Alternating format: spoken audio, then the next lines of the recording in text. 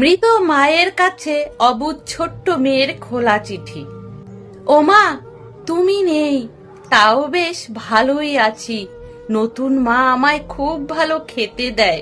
বাসি তরকারি, পচা ভাত আর নষ্ট ডালে আমার পেট খুব ভালোই ভরে যায়। মা, ও মা, জানো আমি এখন খুব ভালো শার্ট ধুতে পারি। তাই প্রতিদিন বাড়ি শুদ্ধ সবার কাপড় আমিই ধুই। জানো মা, পড়তে এখন আমার আর ভালো লাগে না। এখন আমার কোনো বই নেই, এখন আমার কোনো খাতা নেই, নেই কোনো কলম, কোনো স্কুল ব্যাগও মা নেই। জানো মা, আমার নতুন ছোট ভাইও আমায় প্রায় লাথি দেয়। আমায় ভীষণ ভালোবাসে কিনা তাই। ওকে আমি জুতো মোজা পরিয়ে দিই, এতে আমার ভীষণ আনন্দ হয়। তোমার দেওয়া খাট বিছানাটায় এখন ভাই শোয়, ওর খুব পছন্দের ওটা। আর আমার কথা ভাবছো? আমি সিঁড়ির নিচে মাদুর পেতে শুই, আমার একটুও কষ্ট হয় না।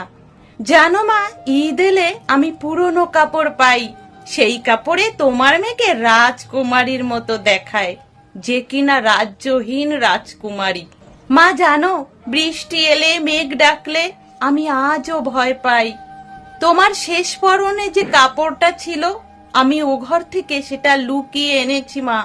ওটা জুড়ে যে তোমার গায়ের গন্ধ, ওই গন্ধে আমার আর ভয় লাগে না। মনে হয় তুমি আমাকে বুকে জড়িয়ে ধরে রেখেছো মা। আমার একটা কথা রাখবে মা, আমায় কয়েকদিনের ছুটির ব্যবস্থা করে দিতে পারবে? তোমার কাছে গিয়ে থাকবো দুদিন, একটু শান্তিতে ঘুমাবো তোমার বুকে।